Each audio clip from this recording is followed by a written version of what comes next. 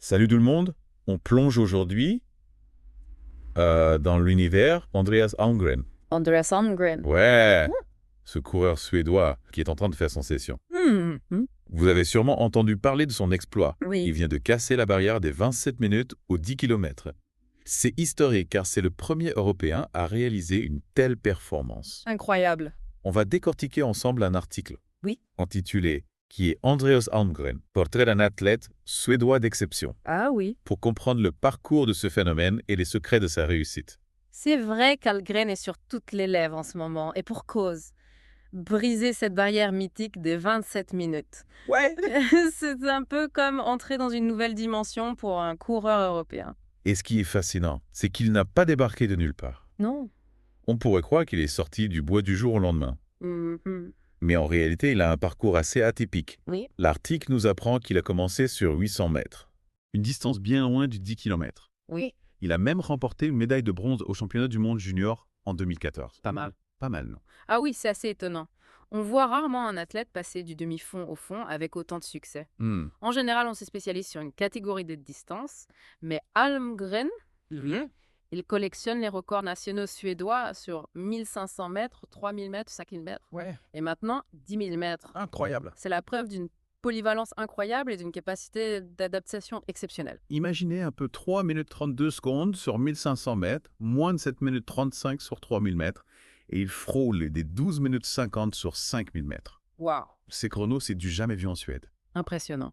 Et ça nous amène tout naturellement à son dernier exploit, celui qui l'a propulsé sur le devant de la scène internationale. Oui. 26 minutes et 53 secondes sur 10 km. Oui, Réalisé à Valence le 12 janvier 2025. Valence, c'est un peu le temple du record sur 10 km. Bah oui. Le parcours est réputé pour être très rapide, mais ça n'enlève rien à l'exploit d'Almgren. D'accord. Ce chrono le place directement parmi les meilleurs mondiaux.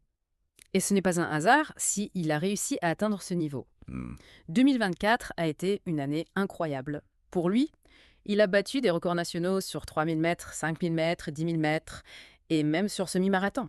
Ah ouais? C'est comme s'il avait méthodiquement préparé le terrain pour son chef-d'œuvre à Valence. Tout à fait, chaque record était une étape vers ce moment historique. Et on ne peut pas parler de ses performances sans aborder sa méthode d'entraînement assez particulière. Ouais. La méthode Double Threshold. Ah oui, ce fameux double threshold. Yeah. J'avoue que je suis curieux d'en savoir plus. Ah oui. L'article en parle comme d'un élément clé de sa réussite. D'accord. En gros, il s'agit de 2 séances d'entraînement intensives par jour, 2 fois par semaine, ciblant le seuil anaérobie. Mais concrètement, qu'est-ce que ça signifie? Pour faire simple, le seuil anaérobie, c'est un peu la limite à partir de laquelle votre corps commence à produire de l'acide lactique, plus vite qu'il ne peut l'éliminer. D'accord. C'est ce qui provoque cette sensation de brûlure dans les muscles lorsqu'on fait un effort intense. La méthode Double Threshold vise à repousser ce seuil en habituant le corps à fonctionner à haute intensité. D'accord, donc c'est un entraînement qui mise sur la qualité plutôt que sur la quantité.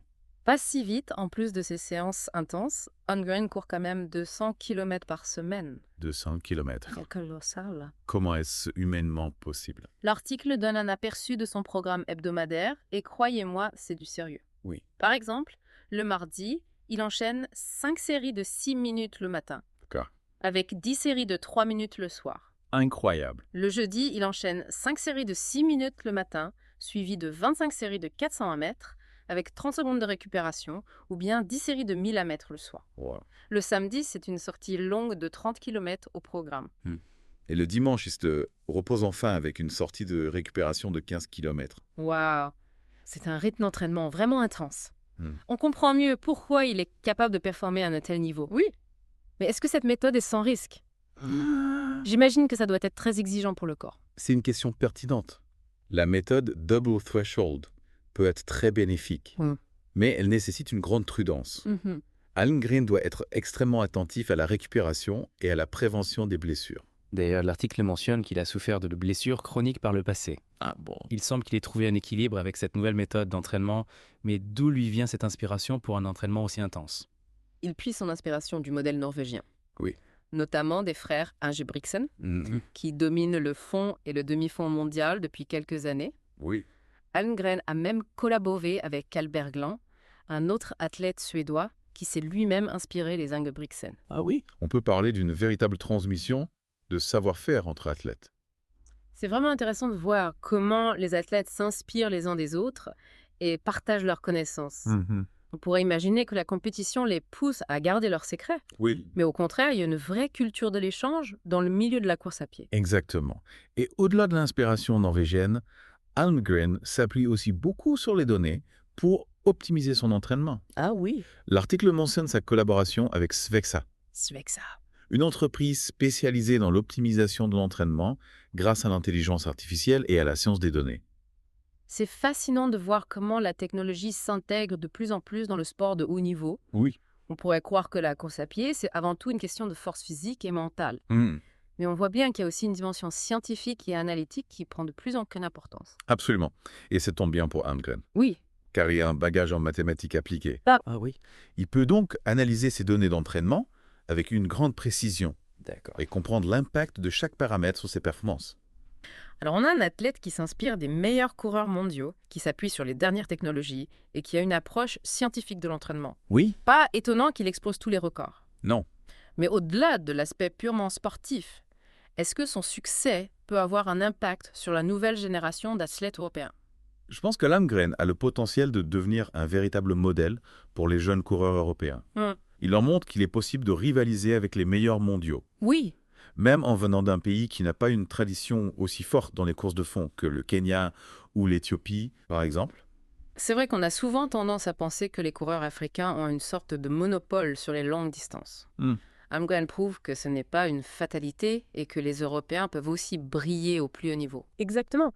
Et son succès pourrait bien déclencher une nouvelle vague d'enthousiasme pour la course à pied en Europe Ouais. et inspirer toute une génération de jeunes talents. Imaginez un peu, si d'autres athlètes européens suivent les traces d'Almgren, adoptent des méthodes d'entraînement innovantes et repoussent les limites du possible, Oui. on pourrait assister à une véritable renaissance de l'athlétisme européen sur la scène internationale.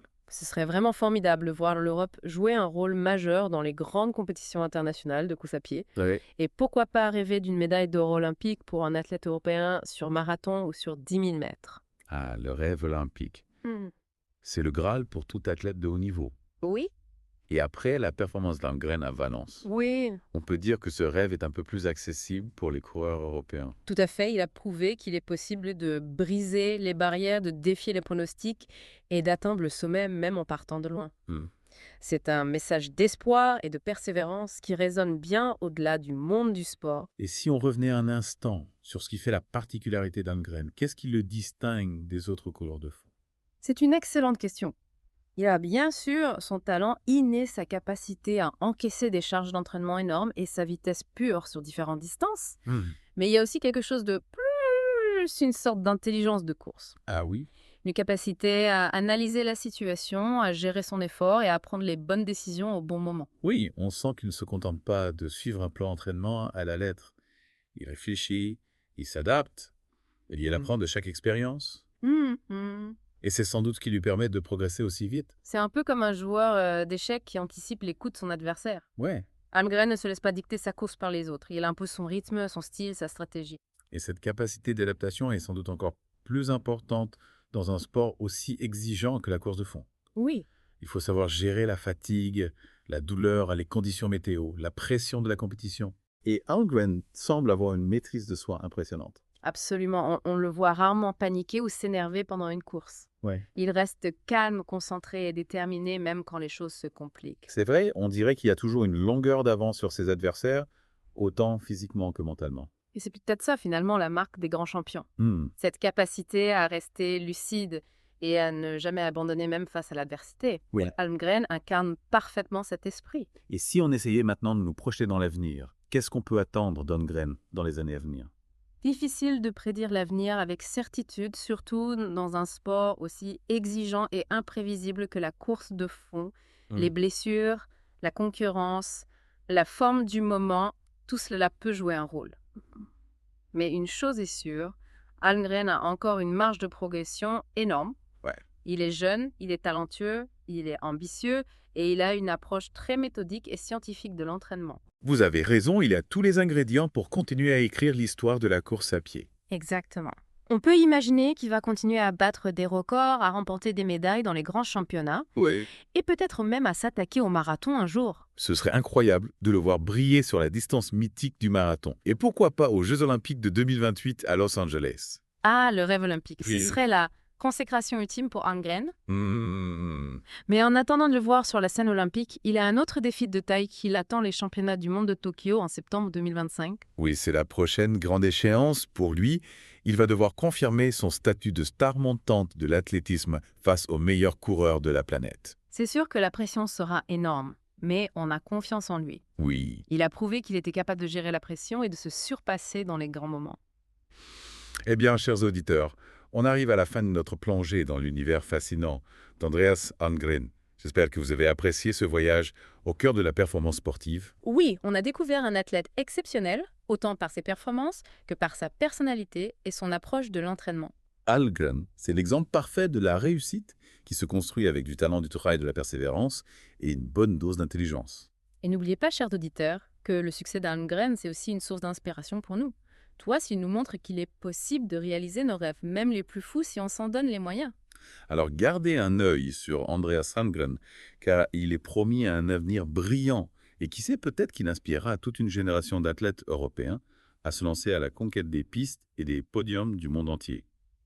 Espérons-le. On vous remercie de nous avoir suivis et on se retrouve très bientôt pour une nouvelle plongée dans le monde du sport. Au revoir. Au revoir. Il puise son inspiration du modèle norvégien, notamment des frères Ingebrigtsen, qui dominent le fond et le demi-fond mondial depuis quelques années. D'accord. Almgren a même collaboré avec Carl Berglund, un autre athlète suédois qui s'est lui-même inspiré des Ingebrigtsen.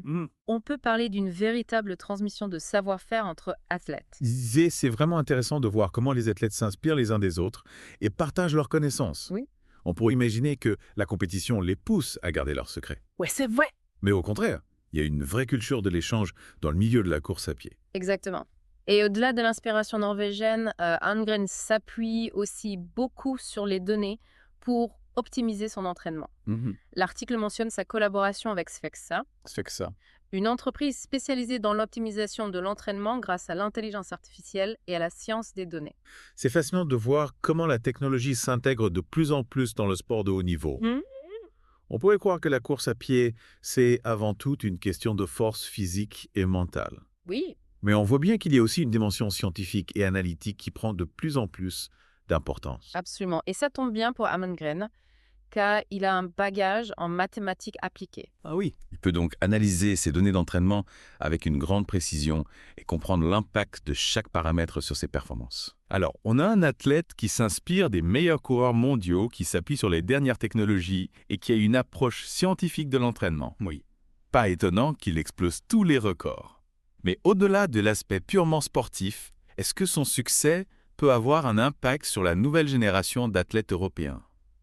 Je pense qu'Almgren a le potentiel de devenir un véritable modèle pour les jeunes coureurs européens. Il leur montre qu'il est possible de rivaliser avec les meilleurs mondiaux, même en venant d'un pays qui n'a pas une tradition aussi forte dans les courses de fond que le Kenya ou l'Éthiopie, par exemple. C'est vrai qu'on a souvent tendance à penser que les coureurs africains ont une sorte de monopole sur les longues distances. Oui. Almgren prouve que ce n'est pas une fatalité et que les Européens peuvent aussi briller au plus haut niveau. Exactement.